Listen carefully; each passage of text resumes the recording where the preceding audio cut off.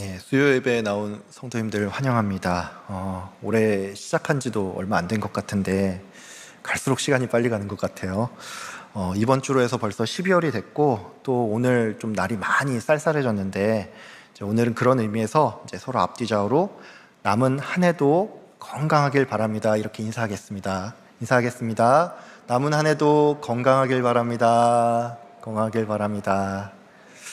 예, 감사합니다. 예, 오늘은 이와 같이 로마로 가니라라는 제목으로 함께 말씀을 나누도록 하겠습니다. 작년 11월부터 지금까지 이제 계속 사도행전을 보고 있는데 이제 거의 끝이 보입니다.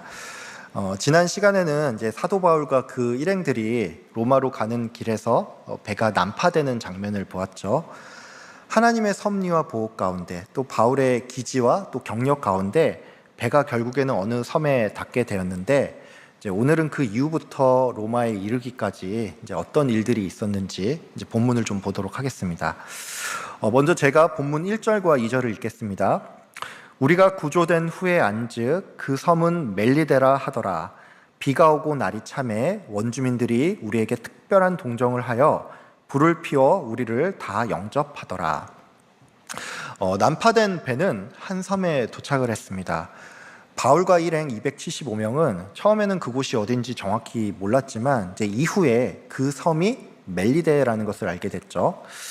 이 멜리데 섬은 이제 요즘 말로 하면은 몰타라고 하는 그 유럽의 작은 섬나라입니다. 이 섬은 이제 이탈리아 남쪽에 보면은 이 시칠리아 섬이라고 해서 이제 휴양지로 조금 유명한 섬이 있거든요. 이제 그 섬에서 이 남쪽으로 약 90km를 더 내려가면 이 지중해 한 가운데 몰타 섬이 나옵니다.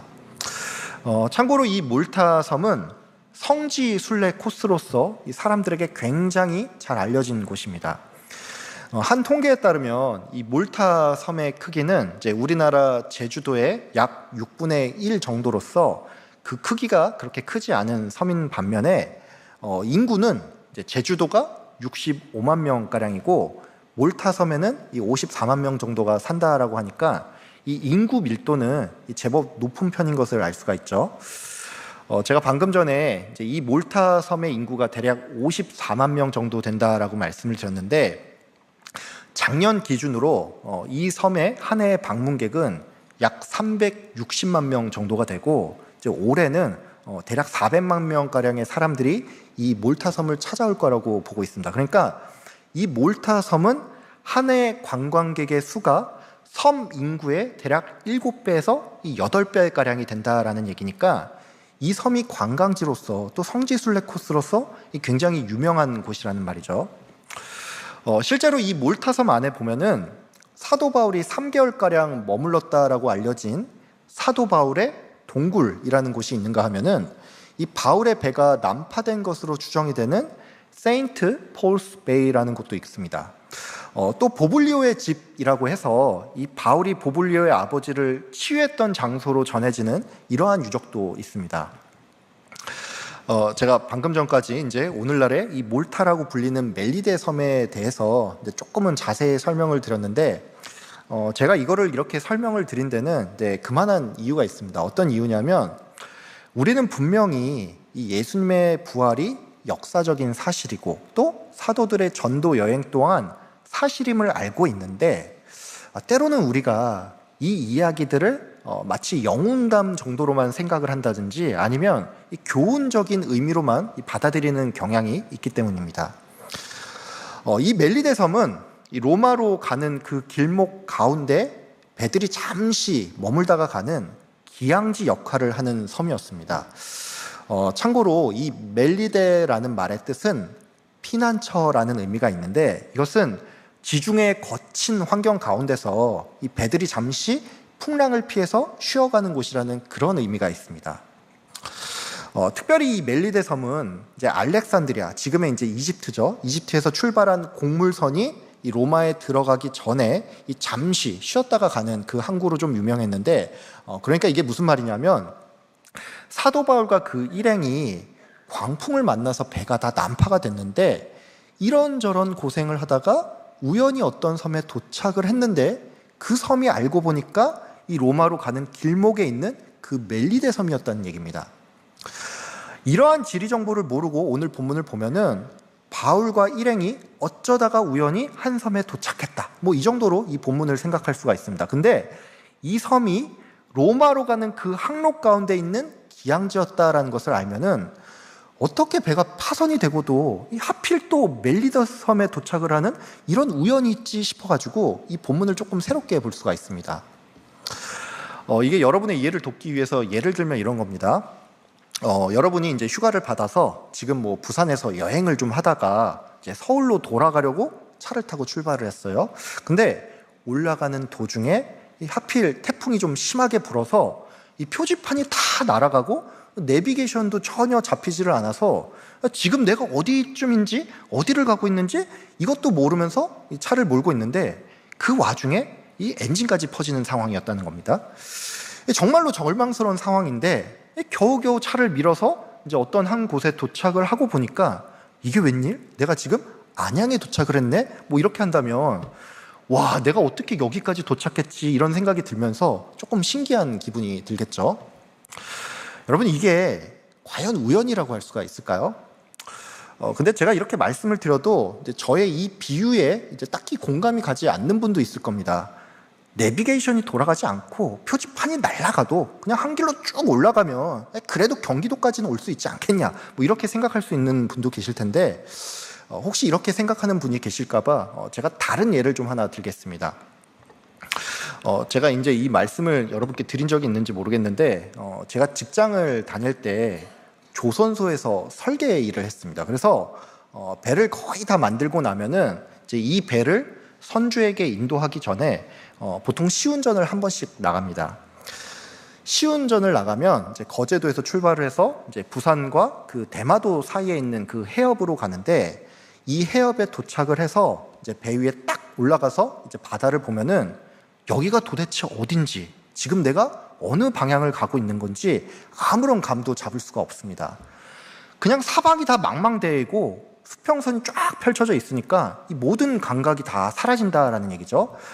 게다가 밤이 되면은 하늘도 깜깜하고 바다도 깜깜해서 어디가 하늘인지 어디가 바다인지 이게 구분조차 안 되고 그래서 약간은 좀 공포감이 밀려옵니다. 여러분, 지금 사도 바울 일행은 이 부산과 대마도 이 사이에 있는 해협 정도가 아니라 무려 750km나 떨어진 크레타 섬을 출발하여서 지중해를 건너가던 중에 배가 난파된 상황이죠. 사도 바울 당시에 내비게이션이 있었겠습니까? 아니면 나침반 같은 게 있었겠습니까? 이런 게 있을 리가 없었죠. 잘해야 이 바다의 별자리를 보고 또 선장의 어떤 경험과 계절풍에 의지를 해서 항해를 하던 시대입니다. 그러니까 이 배가 파손됐음에도 불구하고 멜리데 섬에 도착을 했다라는 것은 하나님의 섭리 외에는 도무지 설명이 안 되는 말 그대로 기적 중에 기적이라는 것입니다. 하나님의 섭리는 이 일행이 멜리데 섬에 도착한 그 일뿐만이 아니라 이후의 과정에서도 잘 드러납니다. 2절에 보면은 그 추위에 떨고 있는 사도 바울 일행을 원주민들이 따뜻하게 맞아주고 또 그들에게 특별한 동정을 베풀었다라는 이런 말이 나오죠. 오늘 2절 본문에 나오는 이 원주민들은 이제 과거 개역 한글 성경에서는 토인이라고 번역이 되었고 또 헬라어 원어는 바르바로이라고 해서 이제 이게 영어로 하면 바바리안, 즉 야만인이라고 번역을 할 수가 있는데 이들은 정말로 말 그대로 미개한 야만인이 아니라 고대 헬라인 기준에서 헬라어를 하지 못하는 사람들이 마치 바바 이렇게 말하는 것처럼 보였기 때문에 이 헬라어를 못하는 사람을 통칭하여서 바바로이라고 이렇게 부른 것이지 사실 이들은 이제 셈 어족을 사용하는 페니키아인들로서 이들은 당시에 이 로마 제국의 지배 아래서 나름의 문명 가운데서 살아가던 사람들이었습니다. 이런 이유로 이제 킹 제임스 버전 같은 영어 성경은 이들을 아일랜더, 즉 섬 주민으로 번역을 했습니다. 멜리데 섬의 사람들은 이제 2절에도 나온 것처럼 바울 일행에게 특별한 동정을 베풀었습니다. 이 특별한 동정은 이제 원어의 의미를 좀 따지자면 평범하지 않은 인류애라고 할 수가 있는데 이거는 다른 말로 이들의 이 친절이 보편적인 인류의 그 이상의 것이었다라는 얘기죠. 이와 관련해서 박윤선 박사님은 섬 주민의 친절이 인간 본성의 발로라기보다는 하나님의 간섭으로 일어난 것이다 라고 말을 했는데, 이런 설명을 보면 알 수가 있지만 하나님께서는 때로는 믿지 않는 사람을 통해 또 전혀 예상치 못한 사람들을 통해서 주님의 일을 이루어 가시고 또 그 자녀들을 보호한다라는 사실을 우리가 알 수가 있습니다. 바울 일행이 이 멜리데 섬에 도착한 시기는 대략 11월 초였습니다. 이 날이 제법 추워지는 시기였죠. 추위에 떨고 있는 일행들을 향해서 이 섬의 주민들이 불을 피워주자 바울은 가만히 있기가 조금 뭐했는지 나무 한 묶음을 들고 와서 이 나무를 이 불에 딱 던졌는데, 마침 그 나무 더미 안에 있던 독사 한 마리가 뜨거움을 참지 못하고 탁 튀어나와서 이 사도 바울의 손을 콱 하고 물었습니다. 원주민들은 이 독사가 사도 바울의 손을 문 채 그대로 매달려 있는 것을 보고는 바울이 살인을 저질렀는데 바다에서는 어떠다가 운 좋게 이 구사일생으로 살아남았을지는 모르겠지만 결국에는 공의가 그를 살지 못하게 했다라는 이런 말을 했습니다. 오늘 본문 4절에 보면은 공의라는 이런 말이 나오죠. 이 공의로 번역된 단어는 디케입니다. 이 디케라는 단어는 정의와 심판을 관장하는 이 헬라의 여신을 의미하는데, 즉 섬 주민들은 사도 바울이 잘못을 범한 결과로서 이 정의의 여신이 내리는 그 심판을 받았다라고 생각하고 있다는 것이죠. 멜리데 섬 사람들의 이 생각은 철저히 인과응보적인 이 헬라 세계관을 바탕으로 한다고 할 수가 있습니다. 그들은 이런 세계관을 바탕으로 이 겉으로 보이는 모습 하나만을 가지고서 이 사도 바울에 대해서 평가를 했는데, 사실 어떻게 보면은 이러한 인과응보적인 세계관은 헬라인만의 특징이라고는 할 수가 없습니다. 시대를 막론하고 이런 사고가 누구에게나 있죠. 예수님 당시에도 보면은 어떤 사람이 이제 병에 걸렸을 때 사람들이 그가 죄가 많아서 그런 거다, 아니면 그의 부모가 죄가 있기 때문에 그가 병에 걸린 거다, 뭐 이런 식으로 말하고 생각하는 사람이 많았는데, 참으로 재밌게도 이러한 헬라 세계관 때문에 이후 섬 주민들은 그들의 태도를 확 바꾸어서 바울을 신이라고 생각하고 부르기 시작했다는 것입니다. 뱀에 물렸어요. 근데 이 독사에 물렸는데 독사에 물린 사람 치고는 너무나 태연한 모습으로 뱀을 툭 하고 이게 털어내니까 처음에는 사람들이 아니 저 사람 지금 제정신이야? 뭐 이런 생각이 좀 들었겠죠. 근데 시간이 지나도 바울이 전혀 아파하는 기색이 없고 또 어딘가가 붙지도 않으니까 사람들이 생각을 바꾸어서 와, 저 사람 신인가 보다, 뭐 이렇게까지 됐다라는 것이죠. 바울은 이런 경험을 처음 한 것이 아닙니다. 과거 소아시아 지역의 이 루스드라라는 곳에서도 복음을 전파할 때 이 안진뱅이를 일으켰는데 그때도 이와 같은 일이 있었죠. 루스드라 주민들은 이적을 일으키는 바울을 바라보면서 그는 말하는 자라고 해서 헤르메스라고 불렀고, 또 바나바는 아마도 그 바나바의 용모가 바울보다 좀 많이 뛰어났던 것 같아요. 그래서 사람들이 바나바를 제우스라고 불렀는데, 이때 바울과 바나바는 이 자기의 옷을 찢으면서 이것을 적극적으로 부인을 했습니다. 근데 오늘 본문을 보면은 이 바울이 이번에는 따로 사람들을 제지하지 않는다라는 것을 알 수가 있죠. 왜 바울이 사람들을 제지하지 않았는지 이거는 정확하게 알 수가 없습니다. 뭐 어떤 학자는 이 신이라는 단어가 바울 그 자체를 지칭한 것이 아니라 신의 총애를 받는 사람을 의미한다라고 해서 이 바울 또한 내가 하나님의 사랑을 받는 자로서 이 사실을 인정했기 때문에 딱히 어떠한 제지를 하지 않았다라고 그렇게 말을 하는데, 그럴 수도 있겠죠.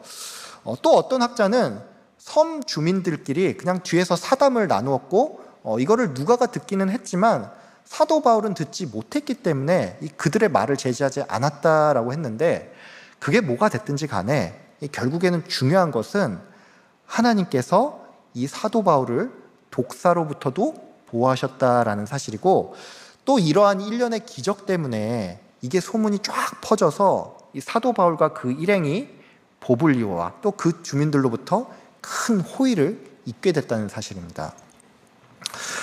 섬 주민들은 사도 바울이 좀 특별하다고 느꼈습니다. 뭐 말 그대로 신처럼 보였든지 아니면 뭐 신의 총애를 받는 사람으로 보였든지 여하튼 일반인과는 조금 다르다고 느껴졌겠죠. 바울 일행의 소식은 곧 그 섬에서 가장 첫 번째 되는 사람인 보블리오의 귀에 들어갔습니다.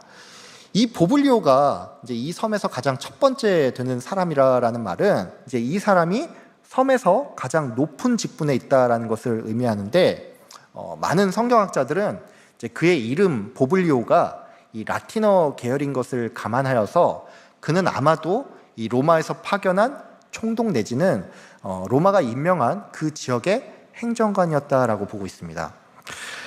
보블리오가 이 멜리데 섬의 총독이었는지 아니면 뭐 행정관이었는지 또 그도 아니면 추장이었는지 이거는 정확하게 알 수가 없습니다. 다만 한 가지 확실한 것은 그는 자기의 땅이 있는 사람으로서 큰 재력과 이 권력이 있는 사람에는 틀림이 없었다는 사실이죠. 사도 바울은 이 보블리오의 집에 초대가 되어서 그의 부친의 병을 고쳐주었습니다. 이 책을 기록한 누가는 의사로서 그의 부친이 열병과 이질에 걸렸다라고 밝혔는데, 이 열병은 이제 현대의 의학 용어로는 브루셀라증이라고 합니다. 이 브루셀라증은 이제 주로 이제 살균되지 않은 우유나 치즈 또는 뭐 오염된 육류를 먹다가 세균에 감염이 되어서 발생하는 병이라고 하는데, 이 지역의 사람들이 이제 당시에 이 염소젖을 살균하지 않은 채로 많이 먹었기 때문에 이러한 열병이 유행처럼 번졌다라고 합니다. 이질은 이제 잦은 설사와 또 혈변, 피가 나오는 그 병으로서 그 당시만 해도 이제 이 병에 걸리면 심한 탈수 증세로 이 시름시름 앓다가 사람들이 대부분 죽을 수밖에 없었다라고 합니다. 사도 바울은 그의 부친을 찾아가서 기도하고 그에게 안수하여서 이 병이 낫게 했는데, 이것은 하나님의 특별한 개입이라고 할 수가 있겠죠.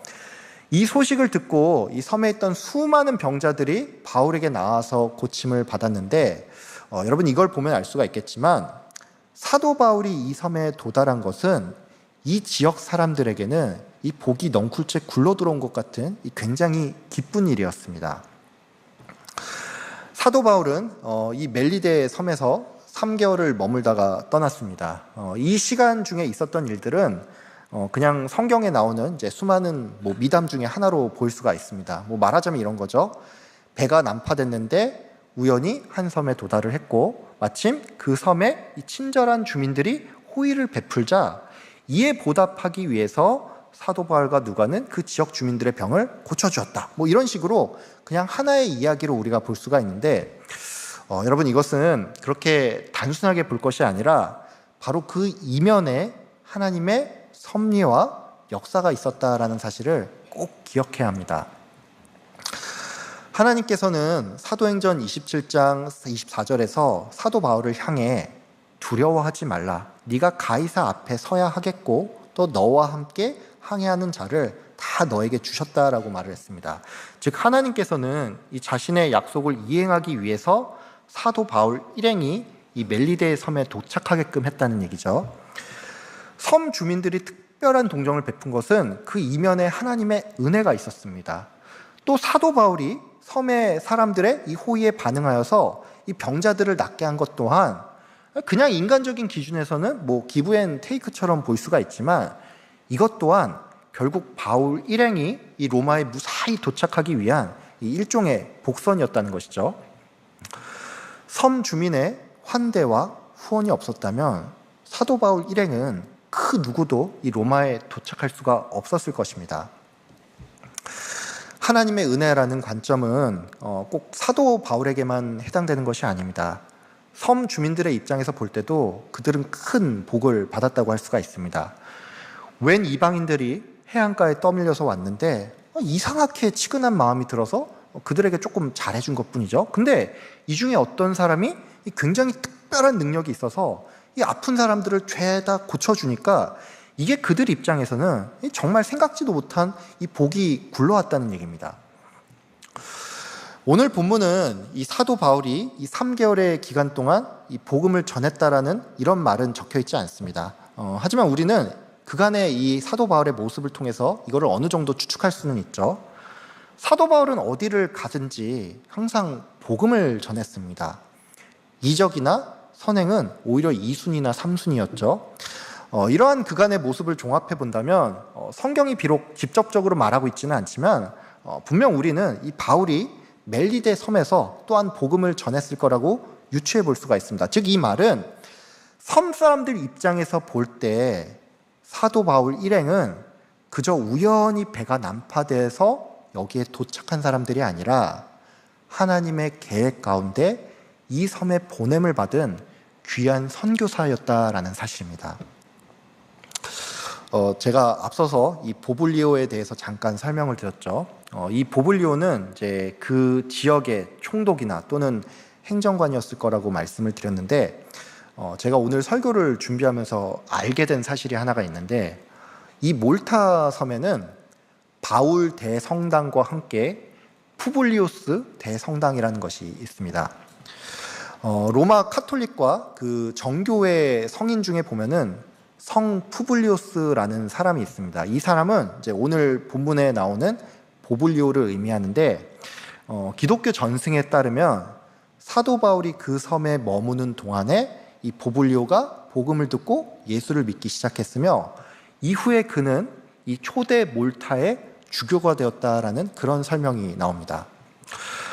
이게 100% 다 믿을 만한 이야기인지는 좀 차치를 하더라도 좀 확실한 사실이 하나가 있다면, 지금 몰타섬 같은 경우는 뭐 비록 이제 비율적으로 볼 때는 이제 로마 카톨릭이 많기는 하지만 기독교인이 전체 인구의 약 94% 정도를 차지를 하고 있습니다. 이 정도면 사실상 그냥 기독교 국가라고 봐도 무방하죠. 여러분, 이걸 보면 알 수가 있지만 이 사도 바울이 그 섬에 도착한 것은 어느 쪽으로 보든지 간에 그저 우연한 일이 아니라 하나님의 계획과 또 섭리 가운데 일어난 일임을 우리가 잘 알 수가 있습니다. 우리는 인생을 살면서 참 많은 일들을 겪습니다. 각자가 이제 직장 생활을 하고 또 사업을 하면서 또 이런저런 사회 생활들을 다 하시죠. 이 삶을 보면은 이게 때로는 이제 신앙의 관점에서 이제 별로 의미가 없어 보일 때가 있고, 또 사회생활 중에 가운데 만나는 사람이 그냥 뭐 경제생활 가운데 만나는 사람처럼 보여서 이 시간들이 때로는 나에게 별 의미가 없다라고 우리가 그렇게 느껴지고 또 생각할 수가 있습니다. 우리가 교회 안에서 무슨 일을 하다가 누군가를 만나고 또 사람들과 서로 영향을 주고받는다면 이거는 성도 안에서 일어난 일이라서 그 나름대로 하나님의 뜻이 있다라고 생각을 하죠. 근데 우리가 이 세상을 살아가면서 그냥 세상 사람을 만나는 그 순간조차도 하나님께서 섭리하고 또 이끄신다라는 이 사실을 여러분 꼭 기억하시길 바랍니다. 누군가에게 도움을 받고 그냥 내가 인간된 도리로서 친절을 베풀었는데 이게 전혀 예상치 못하게도 복음의 씨앗이 될 수가 있습니다. 그냥 내가 내 일에 있어서 남에게 피해를 끼치지 않기 위해서 열심히 했을 뿐인데 이게 누군가에게는 모범이 될 수가 있고 또 기독교인에 대한 그 시선 자체를 바꾸는 역사를 일으킬 수도 있습니다. 우리가 누군가에게 도움을 받는 것도 마찬가지입니다. 여러분도 아시겠지만 뭐 예수님을 믿지 않는다라고 해서 세상 사람들 모두가 다 껄끄럽고 악한 것은 아니죠. 예수님을 믿지 않는 사람도 인간적인 친절을 베푸고 때로는 나에게 전혀 이 예상치 못한 도움을 베풀기도 하는데, 이것도 그냥 우연히 이 일이 일어났다 이런 식으로 생각하지 마시고 하나님께서 믿지 않는 사람을 통해서 또한 일하신다라는 이 사실을 한 번씩 생각해 보길 바랍니다. 성도는 이 세상에서 그리스도의 대사로 살아갑니다. 성도 간의 교제도 중요하지만 세상 가운데서 우리가 어떻게 살아가는지도 굉장히 중요합니다.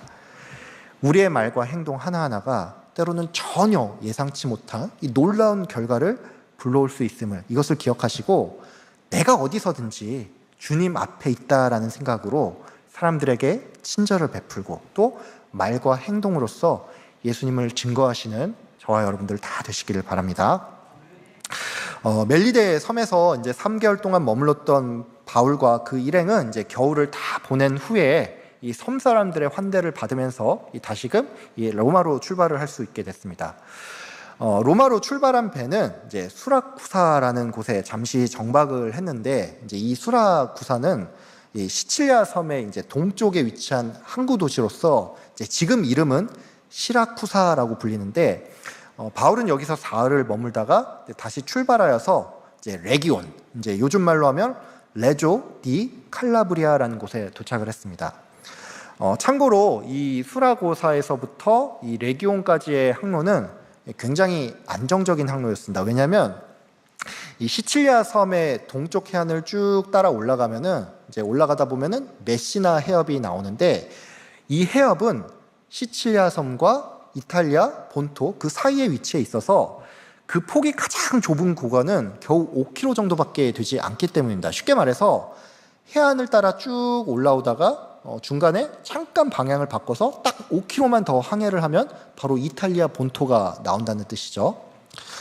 레기온에 도착한 바울 일행은 이제 남풍을 기다리면서 하루를 더 머물렀다가 이제 이내 바람이 불자 이제 다시금 항해를 시작해서 보디올에 도착을 했는데, 이 보디올은 이제 지금의 나폴리 바로 옆에 붙어 있는 포추올리라는 곳으로서 이제 이 도시는 이제 로마로 나아가는 가장 중요한 관문이었습니다.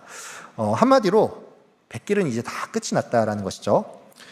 보디올에 도착한 바울 일행은 이제 거기에 있는 형제들의 청함을 받고 7일간 함께 머물렀다라고 했는데, 이 형제들은 이제 오순절 사건 때 복음을 전해 듣고 또 로마와 그 주변에 흩어져서 살던 이 초대 기독교 디아스포라 공동체라고 할 수가 있습니다.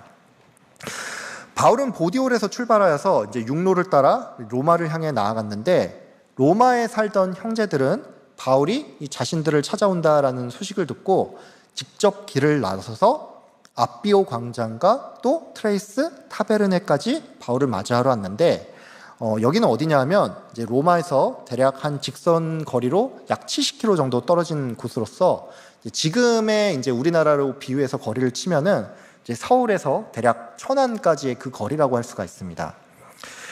예수를 믿는 형제들은 먼 길을 달려 나와서 바울 일행을 맞아줬습니다.